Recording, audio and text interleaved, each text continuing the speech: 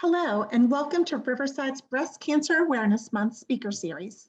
Riverside is pleased to present a new community talk on a different breast cancer topic each Wednesday this month at noon. 1 in 8 women will develop breast cancer in her lifetime, and nearly 300,000 people will be diagnosed with breast cancer this year alone.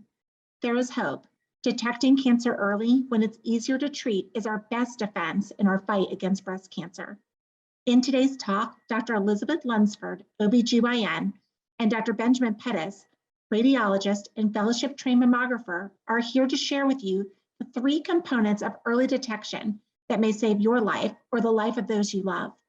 Beginning our conversation today is Dr. Elizabeth Lunsford. Dr. Lunsford? As OBGYNs, we strongly encourage women to be in tune with their own bodies and also to take an active role in promoting their health.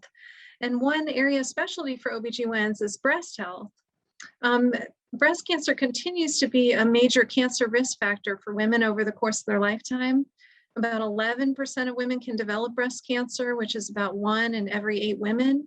And there are some strategies we can use to help with early detection. Early detection can help minimize the need for additional treatments, and it can also increase survival rates. So today we want to talk about 3 methods of early detection. The first is breast self-awareness, which is being in tune with the look and feel of your own breast tissue. The second one is a clinical breast exam, which is performed in an office setting by a licensed healthcare provider. And the third method of early detection are screening mammograms. So breast self-awareness is a relatively new concept. In the past, it was recommended that women perform monthly self-breast exams, but some women had difficulty following these instructions because it was a very specific set of instructions that sometimes led to unnecessary worry or additional testing that didn't necessarily need to be done. So instead, it's now recommended that women have breast self-awareness, which is the concept of being, again, in tune with the look and feel of your natural breast tissue, and then alerting your healthcare provider if you need to do any additional investigation. We also do recommend clinical breast exams be performed.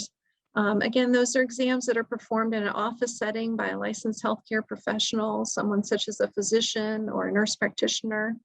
It's recommended those exams be performed a minimum of every 3 years, starting at the age of 21 for women at average risk of breast cancer, and annually every year after 40. Again, if women are at higher risk, sometimes the frequency of those exams might be increased. So we do recommend clinical breast exams as a method of early detection, but a lot of things can happen in that 1-year interval in between examinations. So 71% of breast cancer cases in women younger than 50 were actually detected by the women themselves.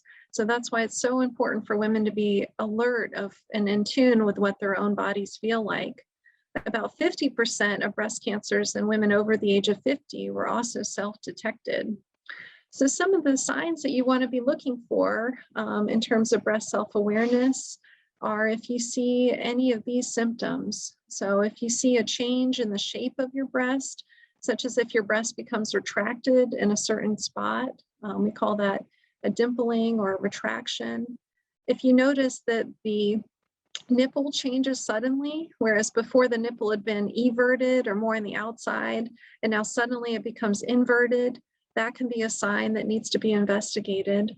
If you notice any unusual nipple discharge, particularly if the discharge turns bloody, that definitely needs to be seen and investigated.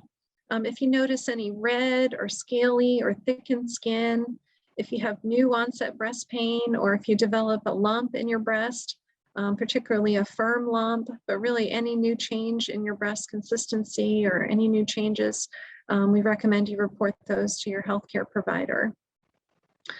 Some women are surprised that their breasts do change over time. So, prior to a menstrual cycle, a lot of women notice that their breasts are swollen and tender, and that has to do with the hormonal fluctuations in a woman's body. Certain substances such as sugar and caffeine can also cause the breast tissue to be more tender and swollen. And women, after they breastfeed or they go through menopause, they notice the consistency of the breast can change. So again, the breast may change over time, but certainly discuss those changes with your healthcare provider because, breast self-awareness is an essential element of early detection strategies. And your women's healthcare provider, we really want to work in partnership with you to help optimize your breast health. So in addition to knowing what's normal for your breasts and understanding the value of clinical breast exams, we also want to emphasize the importance of early detection with mammogram screenings. So I'd like to introduce you to Dr. Benjamin Pettus, who's a radiologist and a fellowship-trained mammographer. And he's here to share with you why mammograms are so important for the early detection of breast cancer. Thank you. All right, thank you, Dr. Lunsford. In addition to knowing our own body and knowing changes that might be occurring, I just wanted to speak briefly to the importance of screening mammograms and the different new technology that we can use to help find breast cancer smaller and increasingly even earlier. So basically, screening mammograms are looking for changes in breast tissue even before a lump is felt. Detecting breast cancer early when it's easier to treat. Basically, that translates into more lives saved from breast cancer, less treatment with better outcome. We recommend screening at age 40 for the average risk woman. If you know that you're higher risk either from family history or known gene mutation such as BRCA1 or 2 or CHEK2 or a variety of other mutations, then we would speak with our health provider about potentially initiating earlier screening or using supplemental testing in addition to the mammogram. Okay, so I just want to speak briefly about the differences in breast tissue density. This just kind of illustrates the complexity of screening mammograms and why in some situations we may use supplemental imaging, or we are increasingly moving towards a 3D imaging technique. So basically there's a spectrum of tissue density, tissue complexity on the mammograms. Images on the right show a much more complex pattern that's found in only about 10% of ladies. The most simple pattern on the far left would be about 10% of ladies. 80% of women are in the middle, with again 40% what we would call scattered and 40% what we would describe as dense. So since the traditional way of imaging was a view from the top down as well as a side view, that improved our ability to detect breast cancer, but as you can imagine, there's some chance for some superimposition of tissue. So the newer technique that's available is this 3D imaging. It's a technique called tomosynthesis, which allows us to see essentially individual sort of sections of the breast at a time. And it just reduces the chance for this unnecessary callback for tissue that may look suspicious to us, but is in fact okay. So it's a slightly more expensive exam up front, but studies show that it's basically cost neutral because the odds of having to get called back are less. And it turns out that there's several different types of 3D, and increasingly we're constant improvements in that venue. We're finding things smaller and smaller all the time. So, so this slide just kind of shows the three main types of imaging that the doctor may order. There's in fact other tests that we also order, but just for simplicity. Basically, the new standard mammogram that I would recommend to all women if they can get it would probably be the 3D mammogram.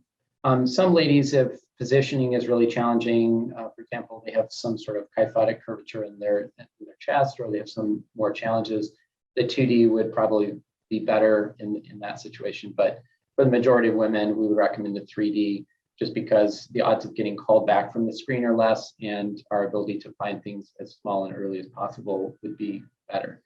Now, breast MRI is a technique that we use sometimes when we find a new cancer, just to evaluate the breast and to improve our ability to pick up things even smaller. But the main use of breast MRI are high-risk women who need this as a supplemental imaging test. often staggered 6 months from the regular mammogram. So another thing that's really important to talk about are the old films. And the reason for this is what we're looking for are changes from prior imaging. And so having any older films, if they've occurred, would improve our ability to find things as small as possible and reduce the chance that we're going to call someone back unnecessarily. So obviously this isn't possible at a baseline, but if somebody's had imaging done elsewhere, it's really important to provide that to your radiologist at the time of your screening.